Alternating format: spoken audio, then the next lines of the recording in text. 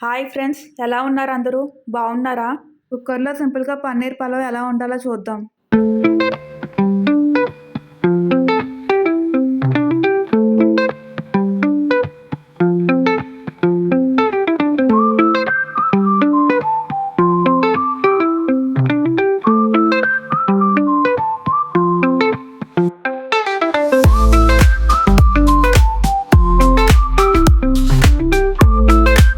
ముందుగా పసుపు, ఉప్పు, కారం పట్టించిన పన్నీర్ ముక్కలను నేతిలో బాగా ఫ్రై చేయాలి.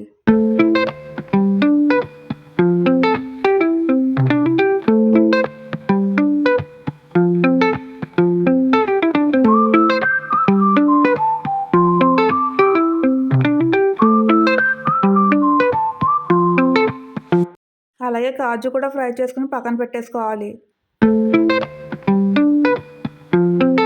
ఇప్పుడు కుక్కర్‌లో 2 స్పూన్ల ఆయిల్, 2 స్పూన్ల నెయ్యి వేసుకుని ఆయిల్ బాగా వేడెక్కాక షాజీరా, లవంగం, దాల్చిన చెక్క, మిరియాలు, స్టార్ ఫ్లవర్, స్టార్ అనాసి, మేస్ వేసుకుని ఒక 2 నిమిషాల పాటు ఫ్రై చేసుకోవాలి. ఎగ్జాక్ట్‌గా ఈ బిర్యానీ మసాలా స్పైసెస్ వేసుకోవాలని లేదు. మీ దగ్గర ఏముంటే అవి వేసుకోవచ్చు. ఒక 2 నిమిషాల తర్వాత స్లైసెస్ కింద కట్ చేసుకున్న ఆనియన్స్, అలాగే గ్రీన్ చిల్లీస్ వేసుకోవాలి.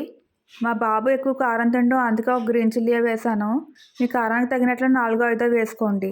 ఆనియన్స్ కొంచెం ట్రాన్స్పరెంట్‌గా అయ్యాక క్యారెట్, బీన్స్ అలాగే 2 గంటల పాటు నానబెట్టిన గ్రీన్ పీస్ వేసుకోవాలి. పొటాటో గానీ, కాలీఫ్లవర్ గానీ ఇంకేమైనా వెజిటబుల్స్ యాడ్ చేసుకోవాలంటే ఇక్కడే యాడ్ చేసుకోవచ్చు. ఇందులోనే పావు టేబుల్ స్పూన్ అంత సాల్ట్ వేసుకుంటే వెజిటబుల్స్ అన్నీ త్వరగా కుక్ అవుతాయి. ఒక టేబుల్ స్పూన్ అల్లం వెల్లుల్లి పేస్ట్ వేసుకుని పచ్చివాసన పోయేదాకా వేపుకోవాలి. ఇప్పుడు ఒక టేబుల్ స్పూన్ బిర్యానీ మసాలా, అలాగే హాఫ్ టేబుల్ స్పూన్ జీరా ధనియా పౌడర్ వేసుకుని ఒక 2 నిమిషాల పాటు ఫ్రై చేసుకోవాలి. ఒక అరగంట పాటు నానబెట్టుకున్న బాస్మతి రైస్ వేసి రైస్‌కి మసాలా అంతా పెట్టేలా కలుపుకోవాలి. మీరు బిర్యానీ పాట్‌లో చేస్తే ఒక కప్పు బాస్మతి రైస్‌కి 1 ½ కప్ వాటర్ వేయాలి. నేను తీసుకున్న 2 గ్లాసుల రైస్‌కి 3 గ్లాసులు వాటర్ వేశాను. పావు కప్‌లో సగం అంటే 1/5 కప్ వాటర్ తగ్గించాను. ఎందుకంటే కుక్కర్‌లో కుక్ చేస్తున్నాం కాబట్టి.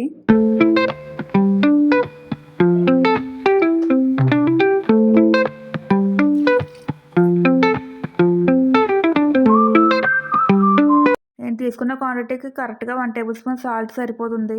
మీరు మీ టేస్ట్‌కి తగినట్లు వేసుకోండి. ఇప్పుడు ఇందులో కొంచెం కొత్తిమీర, పుదీనా వేసుకోవాలి. వాటర్ కొంచెం మరిగాక ఫ్రై చేసుకున్న పన్నీరు అలాగే కాజు వేసుకోవాలి. ఇప్పుడు కుక్కర్ మూత పెట్టేసి మీడియం ఫ్లేమ్‌లో ఒక విజిల్ రానివ్వాలి.